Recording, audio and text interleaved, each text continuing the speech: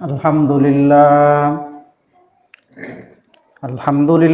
kafa wa salamun ala ibadihi alladhina istafa amma ba'd. Fa'a'udhu billahi minash shaytanir rajim. Bismillahirrahmanirrahim. Ya ayyuhalladzina amanu kutiba alaikumus siyamu kama kutiba alal ladzina min qablikum la'allakum। অসংখ্য দরুদ ও সালাম প্রেরণ করছি আকায়ে নামদার তাজদারে Medina সৈয়দুল কাউনাইন রাহমাতুল লিল আলামিন নবী মুহাম্মদুর রাসূলুল্লাহ, সকলে মুহাব্বতের সাথে বলেন সাল্লাল্লাহু আলাইহি ওয়াসাল্লাম। মুহতারাম হাজিরিন, আজকের এই জুম্মা এর মাধ্যমেই শাবান মাসের শেষ জুম্মা হয়ে যাবে। এর পরবর্তীতে আমাদের সামনে যে মাস চলে আসবে সেই মাসটা হচ্ছে রমাদান। আজকে আমরা রমজানের করণীয় বর্জনীয়, রমজানের গুরুত্ব ফজিলত এবং রমজানের শিক্ষা, এই বিষয়গুলো নিয়ে আমরা আলোচনা করব ইনশাআল্লাহ। রমজানের গুরুত্ব ফজিলত এটা আর বলার অপেক্ষা রাখে না, কারণ এই মাসটাই হচ্ছে এমন মাস যেই মাসটাকে মুসলিম জাতিরা এটাকে একটা বিশেষ গুরুত্বের চোখে দেখে, কারণ এই মাসেই তাদের হেদায়েতের মাধ্যম হিসেবে আল্লাহ সুবহানাহু ওয়া তাআলা আল্লাহর রাসূলের পরে যে জিনিসটাকে দান করেছেন সেটা হচ্ছে কোরআনে কারীম। এই কোরআনে কারীম আল্লাহ সুবহানাহু ওয়া তাআলা এই মাসেই দুনিয়াতে অবতীর্ণ করেছেন, বলেন সুবহানাল্লাহ। আল্লাহ তাআলা কোরআনে কারীমে বলেন, শাহরু রমাদান আল্লাযী উনজিলা ফীহিল কুরআনু হুদাল লিন-নাস ওয়া বায়্যিনাতিন মিনাল হুদা ওয়াল ফুরকান। যে রমজান মাস এমন একটি মাস যেই মাসে আল্লাহ সুবহানাহু ওয়া তাআলা কোরআনে কারীমকে অবতীর্ণ করেছেন। যে কোরআনে কারীম এটা মানুষের জন্য হেদায়েত, একটা দলিল, সত্য মিথ্যার মাঝে পার্থক্যকারী একটা দলিল। আল্লাহ সুবহানাহু ওয়া তাআলা মানব জাতির সংবিধান বলা যায় যেটাকে, এই কোরআনকে আল্লাহ সুবহানাহু ওয়া তাআলা এই মাসেই দান করেছেন। এই দিক থেকে এই মাসের গুরুত্ব আমাদের কাছে অপরিসীম। মুহতারাম হাজিরিন, হাদিসের মাঝে আসছে, বুখারীর রিওয়ায়াত হযরত আবু হুরায়রা রাদিয়াল্লাহু তাআলা আনহু সূত্রে বর্ণিত, আল্লাহ রাসূল সাল্লাল্লাহু আলাইহি ওয়াসাল্লাম বলেন,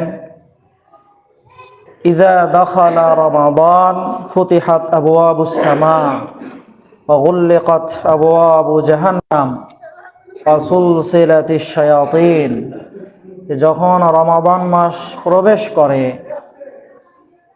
ওই সময় আল্লাহ সুবহানাহু ওয়া তাআলা আসমানের সকল দরজাগুলো খুলে দেন, বলেন সুবহানাল্লাহ। শুধু তাই নয়, আল্লাহ সুবহানাহু ওয়া তাআলা আসমানের দরজাগুলো খুলে দেওয়ার পাশাপাশি জাহান্নামের দরজাগুলোকে আল্লাহ তাআলা বন্ধ করে দেন। আর সবচাইতে বড় খুশির সংবাদ হচ্ছে এইটা যে আল্লাহ সুবহানাহু ওয়া তাআলার এই শ্রেষ্ঠ মাখলুক,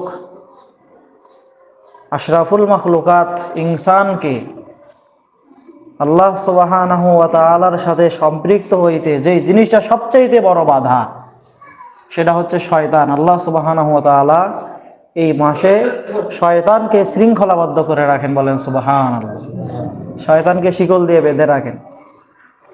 তার মানে হচ্ছে এই মাসে যদি একজন ঈমানদার সে চায় যে সে আল্লাহ তাআলার সাথে সম্পর্ক কায়েম করবে, তাহলে এই মাসে যদি প্র্যাকটিস শুরু করে তাহলে এই মাসের পরবর্তী যে সময়টা, এই সময়টাতেও সে আল্লাহ তাআলার আজমত, বরত্ব, মহাব্বত ভেতরে লালন করে সারা জীবনের জন্য আল্লাহ তাআলার সাথে সম্পৃক্ত হইতে পারবে। সুবহান। তাহলে কত সুন্দর একটা মাস আল্লাহ সুবহানাহু ওয়া তাআলা আমাদেরকে দান করেছে। আবার একটা হাদিস আমরা সকলেই জানি, এই মাসের গুরুত্ব কতটুকু, এই মাসের ফজিলত কতটুকু।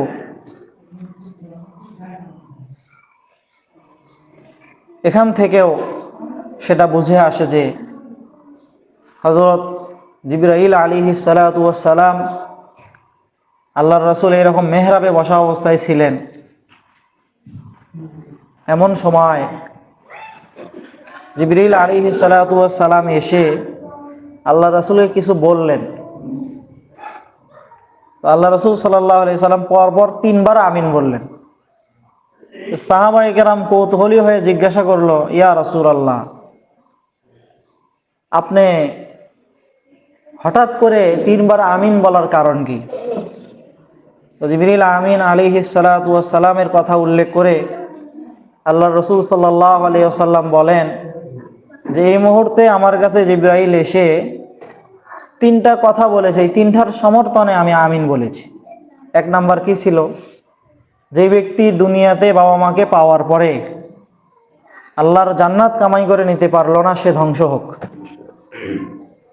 জিবরিল আলাইহিস সালাতু ওয়াস সালাম এই যে একটা কথা বললেন, এই কথার সমর্থনে আল্লাহ রাসূল সাল্লাল্লাহু আলাইহি ওয়াসাল্লাম বলেছেন আমিন। মানে আল্লাহ রাসূলও চান যে ব্যক্তি দুনিয়াতে বাবা মাকে পাওয়ার পরেও তাদের সন্তুষ্টি অর্জন করে আল্লাহর জান্নাত কামাই করতে পারলো না, এই ধ্বংস হয়ে যায়, এর আর বাঁচার দরকার নেই। দ্বিতীয়ত, যেই কথাটা হযরত জিবরাইল আলাইহিস সালাতু ওয়াস সালাম বললেন, সেটা যে ব্যক্তি রমজান মাস পাওয়ার পরেও তার জীবনের গুনাহ খাতাগুলো মাফ করে নিতে পারলো না, এই ব্যক্তিও ধ্বংস হোক। আল্লাহ রাসূল সাল্লাল্লাহু আলাইহি ওয়াসাল্লাম বললেন আমিন। তার কারণ হচ্ছে আল্লাহ সুবহানাহু ওয়া তাআলা এই মাসে আসমানের সকল দরজাগুলো খুলে দেন, জাহান্নামের দরজা বন্ধ করে দেন, শয়তানকে আবদ্ধ করে ফেলেন। তার মানে আল্লাহ সুবহানাহু ওয়া তাআলা এই মাসটাকে মানব জাতির একটা ক্ষমার মাস, একটা মাগফিরাতের মাস, একটা মুক্তির মাস আল্লাহ সুবহানাহু ওয়া তাআলা দিবেন। এরপরেও যদি বান্দারা তাদের গুনাহগুলো ক্ষমা করে নিতে না পারে, এত হতভাগ্য বান্দা থাকার চেয়ে না ধ্বংস হয়ে যায়, আল্লাহ রাসূল সাল্লাল্লাহু আলাইহি ওয়াসাল্লাম এটাকে উত্তম মনে করছেন, এই জন্য তিনি আমিন বলছেন। 3 নাম্বার আরেকটা বিষয় হচ্ছে, জিবরাইল আলাইহিস সালাতু ওয়াস সালাম এসে বললেন, হে নবী, আপনার নাম নেওয়ার পরে, আপনার নাম শোনার পরে যারা আপনার উপর দরুদ পাঠ করে না তারা ধ্বংস হয়ে যায়। রাসূলুল্লাহ সাল্লাল্লাহু আলাইহি ওয়াসাল্লাম বললেন আমিন। কেন? দরুদ শরীফের যে ফজিলত, আল্লাহ রাসূল সাল্লাল্লাহু আলাইহি ওয়াসাল্লামকে আল্লাহ সুবহানাহু ওয়া তাআলা এই ধরার পৃষ্ঠে জগৎবাসীর জন্য রহমত স্বরূপ আল্লাহ তাআলা প্রেরণ করছেন। আর আল্লাহ রাসূল সাল্লাল্লাহু আলাইহি ওয়াসাল্লামের উপর দরুদ ও সালাম পাঠ করার যে ফজিলত হাদিস শরীফে আসছে, আল্লাহ রাসূল সাল্লাল্লাহু বলেন, মান সাল্লা আলাইহি ওয়াহিদাতান সাল্লাল্লাহু তাআলা আলাইহি আশারান, যে ব্যক্তি আমার উপর একবার দরুদ পাঠ করে আল্লাহ তার উপর 10টা রহমত নাজিল করেন। বলেন সুবহানাল্লাহ। তাহলে আল্লাহর রাসূলের নাম শোনার পরে যদি সাল্লাল্লাহু আলাইহি ওয়াসাল্লাম না বলে, এই ব্যক্তিও ধ্বংস হয়ে যায়। কারণ সে ইচ্ছা করে আল্লাহ তাআলা 10টা রহমত তাকে দেওয়ার জন্য তৈরি আছেন, কিন্তু সে নিতে রাজি নেই, তো এই ব্যক্তিও ধ্বংস হয়ে যায়। তো এই হাদিসটার মাঝে 3টাই গুরুত্বপূর্ণ পয়েন্ট। আজকে আমাদের যে পয়েন্ট সেটা হচ্ছে, রমজান মাস পাওয়ার পরেও যে ব্যক্তি জীবনে তার গুনাহ খাতাগুলো মাফ করে নিতে পারলো না, সে ধ্বংস হয়ে যায়। তো মুহতারাম হাজিরিন, আমাদের সম্মুখে যে মাসটা আমাদের সামনে উপনীত হতে যাচ্ছে, এই মাসটা হচ্ছে আমাদের জিন্দেগির পাপ পঙ্কিলতা মুক্ত করে আল্লাহ সুবহানাহু ওয়া তাআলার কাছ থেকে খালাসি নেওয়ার সময়। দুনিয়াতে যত আসামি আছে, দীর্ঘদিন মামলা লড়ার পরে একটা সময়, এমন সময় আসে যে চায় যে দ্রুত যেন আমার মামলা খালাস হয়ে যায়, আমি যেন এখান থেকে বের হয়ে আসতে পারি। আল্লাহ সুবহানাহু ওয়া তাআলা আমাদেরকে এই একটা বছর সময় দিলেন, এক রমজান থেকে আরেক রমজান পর্যন্ত। এই রমজান থেকে আরেক রমজান পর্যন্ত আমরা অনেকেই অনেক গুনাহের সঙ্গে জড়িত হয়ে গেছি, জানতে অজান্তে আমরা অনেক গুনাহ করে ফেলছি। আল্লাহ সুবহানাহু ওয়া তাআলা মোক্ষম সময় আমাদেরকে দিবেন যেন আমরা এই গুনাহ থেকে মুক্ত হয়ে একজন খাঁটি, একজন নিরঙ্কুশ, একজন আবেদ, একজন আল্লাহ তাআলার গোলাম হিসেবে নিজেকে প্রকাশ করতে পারি। আল্লাহ এই জন্য রমজান মাস আমাদেরকে দান করছে। মুহতারাম হাজিরিন, এটা হচ্ছে আমাদের ব্যক্তি সংশ্লিষ্ট ফায়দা, যেটা আখিরাত কেন্দ্রিক। আল্লাহ সুবহানাহু ওয়া তাআলা শুধু এই রমজান মাসে আখিরাতের ফায়দাই রাখেন নাই, আল্লাহ সুবহানাহু ওয়া তাআলা আমাদের জন্য দুনিয়াবি ফায়দাও রাখছেন, আখিরাতের ফায়দাও রাখছেন। দুনিয়াবি ফায়দা কি? দেখেন, প্রত্যেকটা জিনিসের একটা সিজন থাকে। প্রত্যেকটা জিনিসের কি থাকে? একটা সিজন থাকে, যে ওই সময় আসলে ওই বিষয়টার একটা কি হয়, সমাধা হয়, একটা পর্যায়ে গিয়ে পৌঁছে। যেমন ধরেন, দুনিয়াতে মানুষ যারা ব্যবসা করে, তো ব্যবসার কিছু কিছু সিজন আছে। এই সময়ে সারা ব্যবসা কি হয় না, জমে না, সারা বছর দিক দিক করে ব্যবসা চলে। কিন্তু এমন কিছু সময় আছে যে এই সময়ের ব্যবসার দিয়ে সে সারা বছর কি করতে পারে, চলতে পারে। আল্লাহ সুবহানাহু ওয়া তাআলা আমাদের ব্যবসায়ী ভাইদের জন্য এই মাসে একটা মোক্ষম সময় দিয়েছেন, যে অন্য সময় যেই বেচা কেনা বিক্রি হয় না, এই রমজান মাসে আল্লাহর বান্দারা তাদের ব্যবসা প্রতিষ্ঠান থেকে এমন কিছু জিনিস ক্রয় করবেন যেগুলো ব্যবসার সময় আগে ছিল না। আল্লাহ সুবহানাহু ওয়া তাআলা এই মাসে ব্যবসার মাঝে আল্লাহ তাআলা বরকত দান করবেন। আবার যারা এই সওদাগুলো ক্রয় করবে, ক্রয় করার মাধ্যমে তারা এগুলো যে উপভোগ করবে, এর বিনিময়ে আল্লাহ তাআলা তাদেরকে না দিয়ে আল্লাহ তাআলা পারবেন না। আল্লাহ সুবহানাহু ওয়া তাআলা নিজ হাতে আল্লাহ তাআলা এদের প্রতিদান দান করবেন। এই হচ্ছে রমজানের গুরুত্ব আর ফজিলত। এই জন্য মুহতারাম হাজিরিন, রমজান মাস সংক্ষেপে বলতে গেলে, এই মাস আল্লাহ সুবহানাহু ওয়া তাআলা আমাদেরকে দিয়েছেন আমাদের নাজাতের মাস, মুক্তির মাস। আল্লাহ সুবহানাহু ওয়া তাআলার অপরাধীদের যে লিস্টটি আসে সেখান থেকে নাম কাটিয়ে আনার মাস। এই জন্য যদি এই ফজিলত যদি আমরা প্রাপ্ত হইতে চাই, তাহলে আমাদের কিছু করণীয় আছে কি না? একটা আসামি জামিন আনতে গেলেও তার কিছু কার্যক্রম, কিছু ধাপ অতিক্রম করে তারপরে কি হয়, একটা পর্যায়ে গিয়ে কি হয়, খালাস হয়। ডাইরেক্ট কি খালাসি পায়? তাকে কিছু করতে হয়। তো আল্লাহ সুবহানাহু ওয়া তাআলা যে আমাদেরকে এই মাসটা দিলেন, এই মাসেও আল্লাহ সুবহানাহু ওয়া তাআলা আমাদের জন্য কিছু করণীয় নির্ধারণ করছেন, যেই করণীয়গুলোর মাধ্যমে, যে আমলগুলোর মাধ্যমে আমরা নিজেকে মুক্ত করতে পারবো। এর মাঝে একটা অন্যতম করণীয় বিষয় হচ্ছে, আল্লাহ সুবহানাহু ওয়া তাআলা কোরআনে কারীমের মাঝে বলেন, ইয়া আইয়ুহাল্লাযীনা আমানু কুতিবা আলাইকুমুস সিয়ামু কামা কুতিবা আলাল্লাযীনা মিন ক্বাবলিকুম লাআল্লাকুম তাত্তাকুন।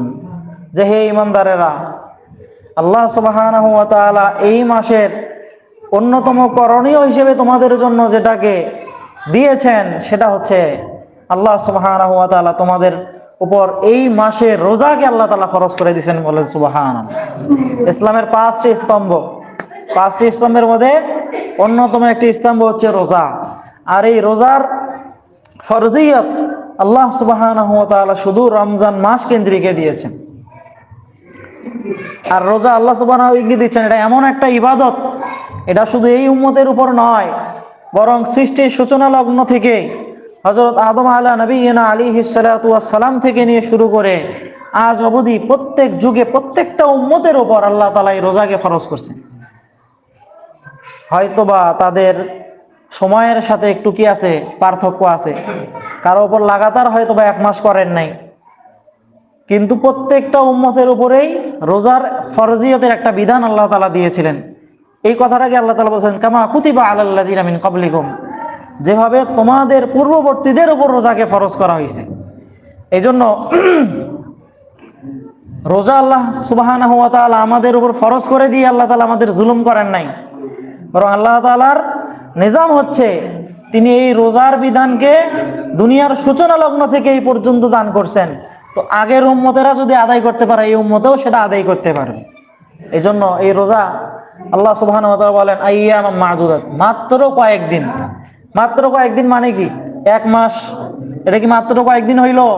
আল্লাহ সুবহানাহু ওয়া তাআলা বলেন ইন্না ইদ্দাতাশ শুহুরি ইনদাল্লাহি 12 শাহরা, যে আল্লাহর কাছে বৎসরের গণনা হচ্ছে 12 মাসে। কত মাসে? 12 মাসে। তো 12 মাসের তুলনায় যদি আমরা এক মাসকে নিয়ে আসি, তাহলে এটা কি অল্প দিন না বেশি দিন বলেন তো? অত্যন্ত, খুবই অল্প দিন। আল্লাহ তাআলা এই এক মাস আমাদের উপর রোজাকে আল্লাহ তাআলা ফরজ, এটা হচ্ছে অন্যতম একটা করণীয়। দ্বিতীয় আর একটা করণীয়,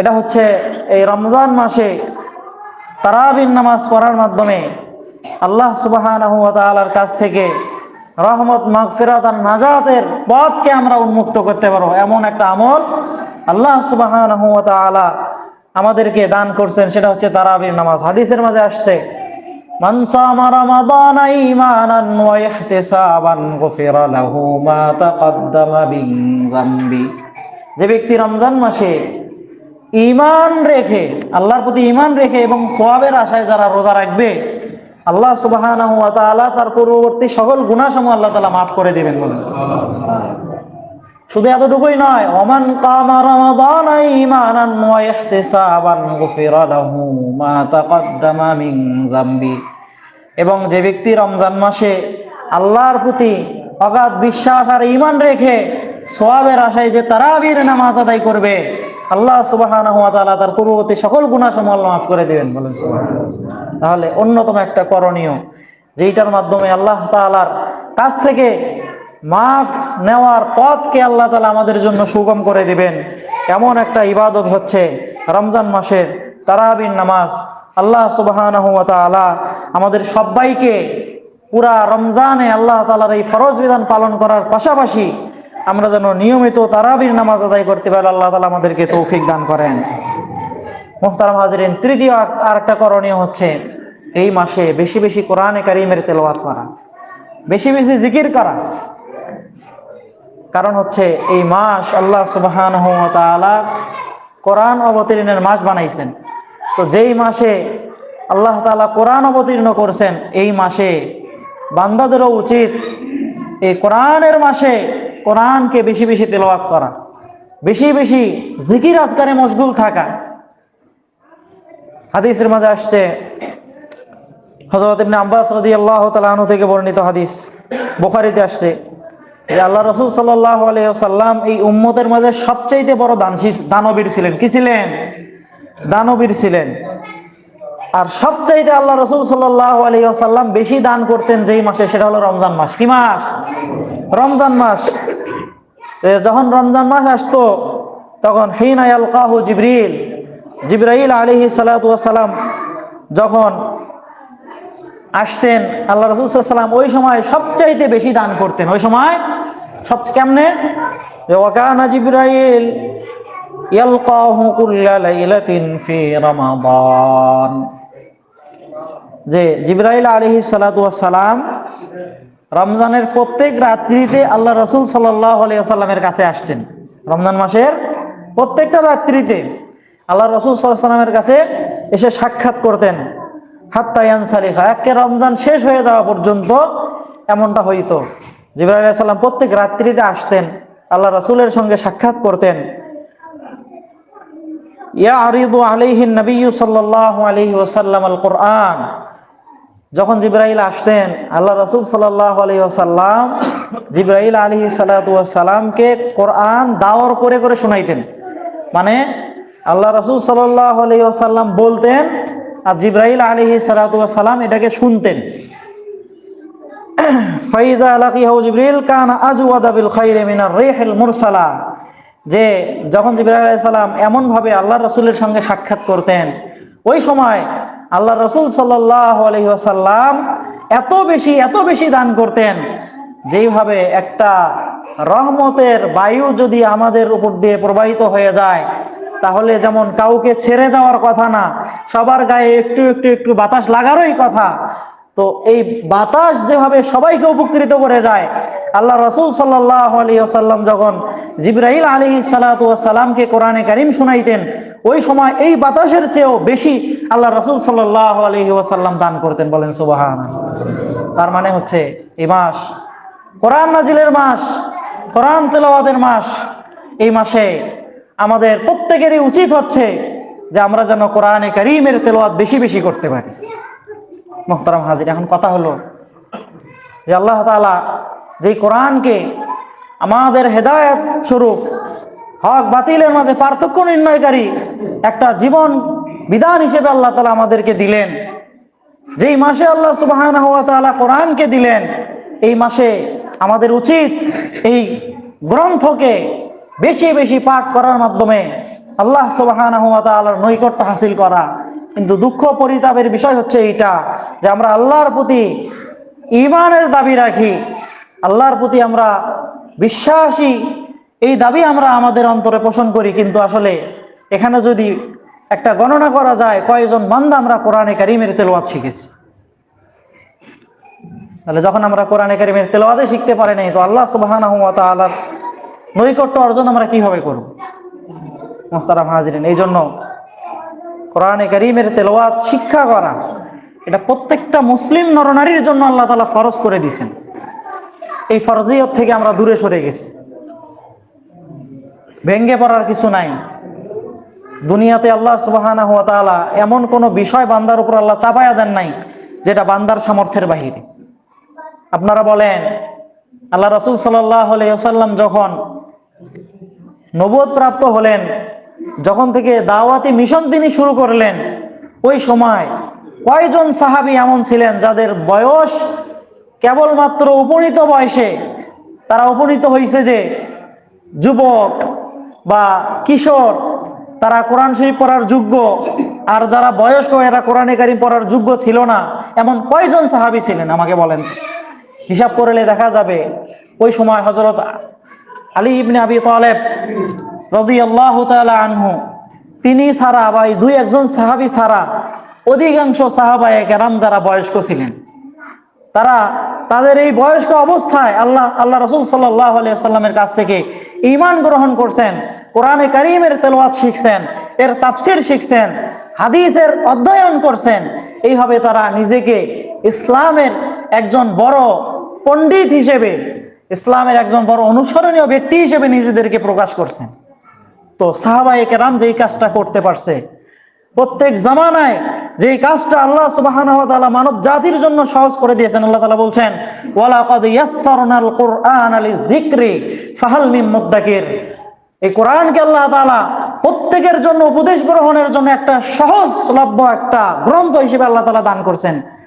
আছে কি কোনো উপদেশ গ্রহণকারী? তাহলে আল্লাহ তাআলা যে আমাদের সকলের উপর এই কোরআনে কারীমের শিক্ষাকে আল্লাহ তাআলা ফরজ করে দিয়েছেন, আমরা বয়স্ক অবস্থায় আমরা হীনমন্যতার শিকার হয়ে যাই যে না, আমাদের দ্বারা মনে হয় কোরআন শরীফ শেখা সম্ভব হবে না। এই জন্য আপনারা এখানে যারা আছেন, রমজান মাস, অনেক বান্দা মনে করবে যে না, এই মাসে আল্লাহ তাআলার ইবাদত বেশি বেশি করা লাগবে আমাকে। হয়তো দেখা যায় বছরে সে কোনোদিন মসজিদেও আসে না, এমন ব্যক্তিও রমজান মাসে দিন মানার জন্য আগ্রহী হবে। এই দিন মানার আগ্রহকে কাজে লাগিয়ে রমজান মাসে যদি আমরা কোরআনে কারীমের তেলাওয়াত শিখতে পারি, আমাদের জন্য কোনো ক্ষতি আছে? কে কে তৈয়ার আছেন ইনশাআল্লাহ কোরআনে কারীমের তেলাওয়াত শিখবেন? মুহতারাম হাজিরিন, অসম্ভব কিছু নয়, মাত্র 25 দিন সময় দিবেন। আমি গত সপ্তাহেও বলেছি, শুধুমাত্র আমাদের মাদ্রাসা শিক্ষা বোর্ডের পক্ষ থেকে এই 5 দিনের একটা ট্রেনিং এর ব্যবস্থা করা হয়েছিল। আমি গিয়েছিলাম, আজকে আমি ভোরে আমি নামছি। সেখানে আমাদেরকে একটা ট্রেনিং দেওয়া হয়েছে যে উম্মতের মাঝে দিনদার শ্রেণী হচ্ছে 2%, মাত্র 2%। যদি আমরা হিসাব করি, দিনদার শ্রেণী যারা আছে, এটা মাদ্রাসা পড়ুয়া হোক বা আমরা মসজিদে যারা আছি এরাই হোক, যদি 5 ওয়াক্ত নামাজে একটা পরিসংখ্যান করা হয়, মসজিদে যেই পরিমাণ মুসল্লি থাকে আর বাহিরে যেই পরিমাণ থাকে, মসজিদের ভিতরগুলোকে আমরা যদি দিনদার হিসেবে মানি, তো এটা হচ্ছে সমাজের অন্য অন্যদের তুলনায় 2%। কয় পার্সেন্ট? আর বাদ বাকি 98% মানুষ শুধুমাত্র তারা দিনদার না হওয়ার কারণে, এই দিনকে না জানার কারণে, কোরআনে কারীমকে না জানার কারণে তারা আল্লাহ তাআলার ইবাদত বন্দেগী করতে পারতেছে না। এই 98% মানুষের মাঝে কিভাবে এই দিনকে ছড়ানো যায়, কিভাবে এই কোরআনে কারীমের তেলাওয়াত তাদেরকে শেখানো যায়, বিশাল গবেষণাধর্মী একটা টিম প্রায় 250 জন ওলামায়ে কেরাম গবেষণা করে তারা একটা সিদ্ধান্তে উপনীত হয়েছেন যে মাদ্রাসা শিক্ষা এটা মাদ্রাসা শিক্ষার মতোই পরিচালিত হবে, কিন্তু বয়স্কদের জন্য কোরআন শিক্ষা এটা যে এত সহজ হইতে পারে, আল্লাহ সুবহানাহু ওয়া তাআলার বান্দারা তাদের মেধাকে কাজে লাগায় বাইর করছেন মাত্র 25 দিনে সম্ভব ইনশাআল্লাহ। এই জন্য আমরা যারা কোরআনে কারিমের তেলাওয়াত পারি না, রমজান মাসে 1 ঘন্টা, সারাদিন সময় দিতে হবে না, দিনে 1 ঘন্টা মাত্র 1 ঘন্টা সময় দিবেন। ইনফরাদি ভাবে হবে না, একাকী না, সবাইকে ইজতেমায় একটা জামাতবদ্ধ হয়ে যদি আমরা এরকম ব্ল্যাকবোর্ডকে সামনে নিয়ে আমরা যদি বসে যাই, 25 দিনে কোরআনে কারিমের তেলাওয়াত শেখা সম্ভব। আমরা সকলে তৈয়ার আছি তো ইনশাআল্লাহ? আমি ইনশাআল্লাহ ব্যক্তিগতভাবে আপনাদের সকলের সাথে যোগাযোগ করব ইনশাআল্লাহ। পহেলা রমজান থেকে আমাদের মসজিদে কোরআনে কারিমের দর্স শুরু হবে। আল্লাহ তাআলা আমাদের সবাইকে এই দর্সে অংশগ্রহণ করার তৌফিক দান করেন। আরেকটা করণীয় বিষয় হচ্ছে যে আল্লাহ সুবহানাহু ওয়া তাআলার কাছে এই মাসে বেশি বেশি রহমত, মাগফিরাত আর নাজাতের জন্য দোয়া করা। তারপরে আরেকটা করণীয় হচ্ছে এই মাসে আল্লাহ সুবহানাহু ওয়া তাআলা অন্যতম একটা সুন্নাহ ইবাদত আল্লাহ তাআলা রেখে দিয়েছেন, এটা হচ্ছে শেষ দশকে ইতিকাফ করা, যেটাকে আল্লাহ রাসূল সাল্লাল্লাহু আলাইহি ওয়াসাল্লাম হিজরতের 1.5 বছর পর যখন এই রোজাকে ফরজ করা হইল, আল্লাহ রাসূল সাল্লাল্লাহু মোট 9টা রমজান পাইছিলেন। 9 রমজানেই শেষ দশকে আল্লাহ রাসূল সাল্লাল্লাহু আলাইহি ওয়াসাল্লাম ইতিকাফ করেছেন। তো এটা হচ্ছে একটা সুন্নাহ ইবাদত। আমরা সকলেই চেষ্টা করব যেন আল্লাহ রাসূলের এই সুন্নতকে আমরা পালন করতে পারি। আর একটা হচ্ছে শবে কদরের অন্বেষণ করা। মুহতারাম হাজিরিন, পাশাপাশি এই মাসে কিছু বর্জনীয় বিষয় আছে, আমি সংক্ষেপে বলছি। তার মধ্যে একটা বর্জনীয় বিষয় হচ্ছে এই মাসে দৃষ্টিকে সকল প্রকার গুনাহ থেকে হেফাজত করা। আমরা মোবাইল চাইলে সেখানে বিভিন্ন বিব্রতকর জিনিস চলে আসে। অনেকের বাড়িতে টেলিভিশন আছে, রমজান মাসে ইসলামিক অনুষ্ঠানের নামে টেলিভিশন খোলা হয়, কিন্তু এই নিয়ত আর ইসলামিক অনুষ্ঠান থাকে না, বরং শেষ পর্যন্ত এটা নাচ গান, বেহায়াপনা, বেলাল্লাপনায় উপনীত হয়। আল্লাহ সুবহানাহু ওয়া তাআলা আমাদেরকে রমজান মাসে এই টেলিভিশন নামক গজব থেকে আল্লাহ তাআলা আমাদেরকে মুক্ত থাকার তৌফিক দান করেন। সকলে নিয়ত করি ইনশাআল্লাহ, আমি রমজান মাসে আমরা কেউ টেলিভিশন দেখবো না বাড়ি। নিয়ত করেন ইনশাআল্লাহ। আল্লাহ সুবহানাহু ওয়া তাআলা আমাদের রোজাকে আল্লাহ তাআলা বরকতময় করে দেন। দ্বিতীয় আরেকটা বর্জনীয় বিষয় হচ্ছে এই মাসে জবানের হেফাজত করা। মিথ্যা কথা, গীবত, পরনিন্দা, এইভাবে মানুষের প্রতি বিদ্বেষমূলক কথাবার্তা, এগুলো থেকে আমরা আমাদের জবানকে হেফাজত করব। রাসূলুল্লাহ সাল্লাল্লাহু আলাইহি ওয়াসাল্লাম বলেন, যে ব্যক্তি রমজান মাসে মিথ্যা কথা, খারাপ আমল এগুলোকে বর্জন করতে পারলো না, তার উপবাস আল্লাহ তাআলা কোনো পরোয়া করেন না। সে উপবাস কিছু করুক, আল্লাহ সুবহানাহু ওয়া তাআলা তার এই উপবাসকে কখনোই কি করেন না, পরোয়া করেন না। মানে আল্লাহ সুবহানাহু ওয়া তাআলা তার কোনো প্রতিদানই দিবেন না। আরেকটা হচ্ছে আমাদের কর্ণকে সর্বপ্রকার গুনাহের কাছ থেকে হেফাজত করা। কোনো অশ্লীল কথাবার্তা শোনা থেকে, মানুষের গীবত শিকায়াত শোনা থেকে, গান বাজনা ইত্যাদি শোনা থেকে আমার কানকে হেফাজত করা। শরীরের অঙ্গ প্রত্যঙ্গ, হাত পা ইত্যাদি সবগুলোকে গুনাহের কাছ থেকে হেফাজত করা। আরেকটা হচ্ছে আল্লাহ সুবহানাহু ওয়া তাআলার আজমত, বড়ত্ব, এগুলোর কথা আমাদের দিলে রেখে বেশি বেশি আল্লাহ তাআলাকে স্মরণ করা, গুনাহের পথ থেকে বেরিয়ে আসা। মুহতারাম হাজির, যদি রমজান মাসে আমরা এই কাজগুলো করতে পারি, আল্লাহ সুবহানাহু ওয়া তাআলা আমাদের জন্য অনেক বড় পুরস্কার রাখছেন। আল্লাহ সুবহানাহু ওয়া তাআলা বলেন যে ইন্না ফিল জান্নাতি বাবান লা ইয়াদখুলু ফীহি ইল্লাস সাইমুন। আল্লাহ সুবহানাহু ওয়া তাআলা জান্নাতের মাঝে একটা দরজাই কায়েম করে দিয়েছেন, যেই দরজার মধ্যে রোজাদার ছাড়া আর কেউ প্রবেশ করতে পারবে না। বলেন সুবহানাল্লাহ। সেই দরজার নাম হচ্ছে আর রায়্যান। এই রায়্যান নামক দরজা দিয়ে শুধুমাত্র যারা আল্লাহর জন্য, আল্লাহর বরত্ব, মহাব্বত, ভালোবাসা অন্তরে লালন করে যারা আল্লাহর জন্য রোজা রাখছে, এই সকল বান্দারা এই রায়্যান নামক দরজা দিয়ে কোনো বাধা বিপত্তি ছাড়াই তারা আল্লাহর জান্নাতে প্রবেশ করবে। বলেন সুবহানাল্লাহ। রোজা এটা অনেক বড় একটা ধৈর্যের কাজ। কিসের কাজ? ধৈর্যের কাজ। আল্লাহ সুবহানাহু ওয়া তাআলা কোরআনে কারীমের মধ্যে বলেন, ইন্নামা ইউওয়াফাস সাবিরুনা আজরাহুম বিগাইরি হিসাব আস-সাওমু লি ওয়া আনা আজজি বি। হাদিসের মধ্যে আসছে যে রোজা হচ্ছে আমার জন্য, আর এর প্রতিদান আল্লাহ সুবহানাহু ওয়া তাআলা বলেন আমি নিজ হাতে বান্দাকে দান করব। বলেন সুবহানাল্লাহ। কেন? এই রোজা হচ্ছে অনেক বড় ধৈর্যের কাজ। আর ধৈর্যের ফলাফল আল্লাহ তাআলা কোরআনে কারীমে যা ঘোষণা করছেন, আল্লাহ তাআলা এই ধৈর্যের প্রতিদান বান্দাকে আল্লাহ তাআলা পরিপূর্ণ রূপে দান করবেন। বলেন সুবহানাল্লাহ। এই জন্য আল্লাহ সুবহানাহু ওয়া তাআলা আমাদের জন্য অনেক বড় সুসংবাদ আল্লাহ তাআলা আমাদের জন্য রেখেছেন। আরো অনেক ফজিলত হাদিসের মাঝে আসছে, কিন্তু এই রমজান থেকে আমরা কোন শিক্ষাটা গ্রহণ করব? মুহতারাম হাজরিন, এই রমজানের সবচেয়ে বড় শিক্ষা হচ্ছে লাআল্লাকুম তাত্তাকুন। আল্লাহ সুবহানাহু ওয়া তাআলা বলেন যে রমজান মাসে তোমরা যেই শিক্ষাটা অর্জন করবে এটা হচ্ছে আল্লাহ সুবহানাহু ওয়া তাআলার ভয়, আল্লাহর তাকওয়া অর্জন করা। এই তাকওয়া অর্জন যদি একজন বান্দা করতে পারে তাহলে এই বান্দার জীবন সফল হইতে আর বেশি কিছুর দরকার নেই। যার ভেতরে আছে আল্লাহর ভয়, যার ভেতরে আল্লাহ তাআলার ভয় থাকবে, সে অবশ্যই কোনো পাপাচারী কাজের মধ্যে সে নিজেকে কখনো জড়িত করবে না। যার ভেতরে আল্লাহ তাআলার ভয় থাকবে সে কখনোই আল্লাহ তাআলার বিধানগুলো পালন করতে কখনোই সে কমতি করবে না। যার ভেতরে আল্লাহ তাআলার ভয় থাকবে তার মাধ্যমেই আল্লাহ তাআলার প্রকৃত উবুদিয়ত, আল্লাহ তাআলার বন্দিগির পরিপূর্ণতা শুধুমাত্র তার মাধ্যমেই পাওয়া সম্ভব। আর এই রমজানের মূল শিক্ষাটাই হচ্ছে এই তাকওয়া, আল্লাহ তাআলার ভয়। কারণ আল্লাহ সুবহানাহু ওয়া তাআলা বলেন, আল্লাহ সুবহানাহু ওয়া তাআলার কাছে যে ইবাদত যেগুলো কবুল হবে এগুলো আল্লাহ তাআলা আমাদের অর্থের দিকে তাকাবেন না, হ্যাঁ, আমাদের অবস্থানের দিকে আল্লাহ তাআলা তাকাবেন না। আল্লাহ দেখবেন এই বান্দার অন্তরের মাঝে কি পরিমাণ তাকওয়া আছে। এই তাকওয়ার মাত্রা অনুযায়ী আল্লাহ সুবহানাহু ওয়া তাআলা আমাদের ইবাদত বন্দিগুলোকে আল্লাহ তাআলা কবুল করবেন।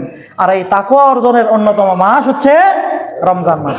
আল্লাহ সুবহানাহু ওয়া তাআলা রমজানের হক আদায় করে আমাদের সবাইকে রোজা রেখে করণীয় কাজগুলো বেশি বেশি করার এবং বর্জনীয়গুলো থেকে বেঁচে থাকে আল্লাহ সুবহানাহু ওয়া তাআলার তাকওয়া ভয় আমাদের অন্তরে লালন করার তৌফিক দান করেন। সবাই বলে আমিন।